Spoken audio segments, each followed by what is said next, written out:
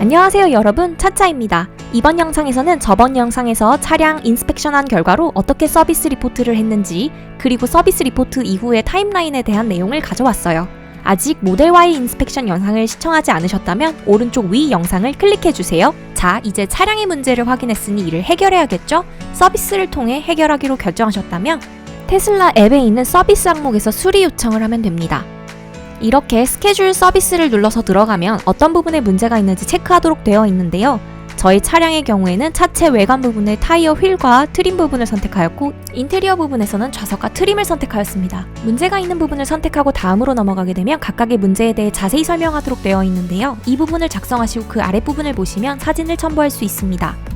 그런데 여기서 한 가지 문제는 각 항목당 올릴 수 있는 사진 개수가 5개로 제한이 되어 있어요. 그래서 저희는 모든 사진을 온라인 문서 편집 툴에 넣어놓고 해당 문서 링크를 남겨놓았습니다. 구글 닥스나 노션을 이용해서 정리하시면 사진을 한 번에 묶어서 손쉽게 리포트 하실 수 있어요. 모든 사항에 대한 기록을 마친 후엔 주소를 입력한 후 방문하고 싶은 서비스 센터를 결정하면 각 센터에 해당하는 예약하는 날짜와 시간을 볼 수 있고, 원하는 예약 날짜와 시간을 선택하면 됩니다. 저희는 집 근처에 서비스 센터가 있어서 그곳으로 서비스 예약을 했는데요. 서비스 예약 이틀 뒤에 테슬라에서 전화가 와서는 페인트를 비롯해서 문제가 너무 많아 원래 예약한 센터가 아니라 프리몬트 공장의 서비스 센터로 오라고 하더라고요. 그래서 저희는 일주일 뒤 서비스를 받기 위해 프리몬트 서비스 센터로 갔습니다. 인수부터 첫 서비스까지의 타임라인은 다음과 같아요. 차를 인수받은 다음날 서비스를 신청해서 일주일 만에 첫 서비스를 받았어요. 약속된 시간에 맞춰 담당하시는 직원분이 나와 저희와 함께 차를 확인했는데요. 리포트한 이슈들을 같이 확인해서 고칠 수 있는 부분인지 아니면 교체가 필요한지 하나하나 자세히 설명해 주었습니다. 사실 리포트한 모든 부분을 고칠 수 있다고 한 건 아니었어요. 앞쪽 헤드라이트 부분에 오버페인트 된 것 같은 부분은 원래 팬더가 이렇게 만들어진다고 설명하면서 공식적인 설명은 없지만 원래 디자인이라고 해서 좀 당황했어요.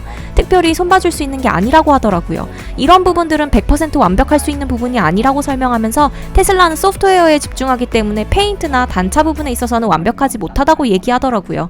그래서 마음에 안 들고 문제 있는 부분들을 얘기해도 고쳐주고 싶지 않은 게 아니라 사실 정상 범주 안에 있다고 판단되면 손댈 수 없는 부분들이 있다고 했습니다. 최선을 다해 불만족스러운 부분을 모두 해결해주겠다고는 했지만 완벽하지 않을 수 있다고 거듭 설명하더라고요. 문에 보이는 단차에 대해서도 얘기했는데 문이 잘 열리고 닫히는지를 물으면서 이런 기능적인 부분이 테슬라에서 더 중요하게 여기는 부분이라고 설명하더라고요. 문이 열리고 닫히는 건 당연한 거고 단차와 마감이 중요한 거 아닌가요? 하도 단차 문제를 주로 컴플레인 받다 보니 서비스 센터에서도 그런 점을 신경 쓰는 것 같더라고요. 테슬라에서는 문짝을 스탬프처럼 찍어서 만들기 때문에 100% 완벽할 수 없다고 했고 약 90% 정도 맞으면 출고를 한다고 해요. 그러면서 어쩔 수 없이 일부는 희생해야 한다고 설명하더라고요. 완전히 만족시켜줄 수 없다는 설명을 매번 덧붙였어요. 그래도 문이랑 차체 단차들은 최대한 고쳐보겠다고 했습니다. 그러면서 못 고치게 되면 왜 그런지 충분히 설명하겠다고 했어요. 창틀 트림에 있던 스크래치는 차량 출고 전에 테이핑했던 풀이 남아있는 거일 수 있다고 설명했고, 센터에서 확인해보고 스크래치가 맞으면 새 것으로 교체해주겠다고 했습니다.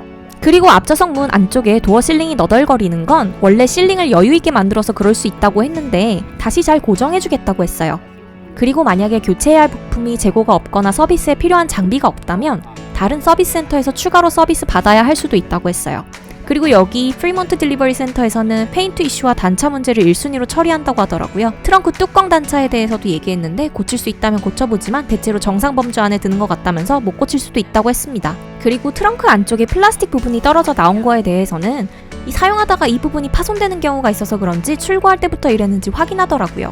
트렁크랑 프렁크 문짝 안쪽에 마감 처리가 더러운 것도 표시해 두었었는데요. 이 부분은 어쩔 수 없는 부분이라고 하더라고요. 그래도 밖에선 안 보이니까 이런 부분은 괜찮았어요. 뒷좌석 폴딩이 안 되는 부분은 직원이 직접 확인해보고 마찰이 심해서 그렇다면서 의자 위치를 조정해보겠다고 했습니다. 뒷좌석 눕혔을 때 의자 사이에 단차도 얘기했더니 뒷좌석이 안 접히는데 그게 무슨 문제냐고, 그건 별 문제가 아니라는 식으로 얘기하더라고요.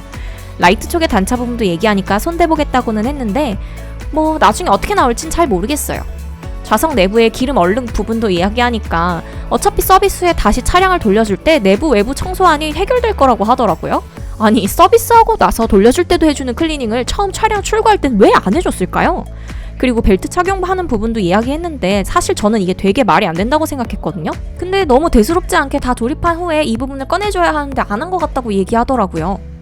제가 너무 당황한 나머지 아무 말도 못했어요. 뭐 어쨌든 고쳐준다 했으니까요. 사이드미러에 칠이 다 안 된 것 같은 부분에 대해서는 다른 사이드미러도 비슷할 거라면서 다른 거 몇 개랑 비교해보고 차이가 많이 나면 새 걸로 바꿔주겠다고 하더라고요. 제 생각엔 다른 것도 다 비슷하다면서 안 바꿔줄 것 같아요. 페인트 칩이랑 더스트 페인트 이슈는 고쳐주겠다고 했고 프렁크 안쪽 부분의 단차도 고쳐보겠다고 했어요. 그리고 제가 저번 영상에서 케이블 빠져있는 거 보고 경악했던 거 기억나시죠? 이번에도 그렇듯 태연하게 경고음 같은 거 없었냐고 묻더라고요. 화내고 싶었는데 너무 태연해서 제가 당황했어요.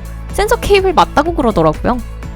범퍼의 찍힌 부분은 차를 가지고 들어가서 확인해보겠다고 했고 파란색 얼룩은 얘기한 그 자리에서 쓱쓱 문지르니까 지워지더라고요. 갑자기 좀 민망해졌어요. 트렁크 문에서 소리가 나는 문제도 직접 확인해보고 뒷좌석 패널이 분리되는 부분도 같이 확인해서 이 부분은 해결하겠다고 했습니다. 과연 테슬라가 정말 원하는 대로 차를 잘 고쳐줄까요? 고쳐진 차의 모습이 궁금하시다면 다음 영상도 꼭 시청해주세요. 이번 영상이 도움이 되셨거나 다음 영상이 기대되신다면 구독과 좋아요 부탁드려요. 다음 영상에서 만나요. 안녕!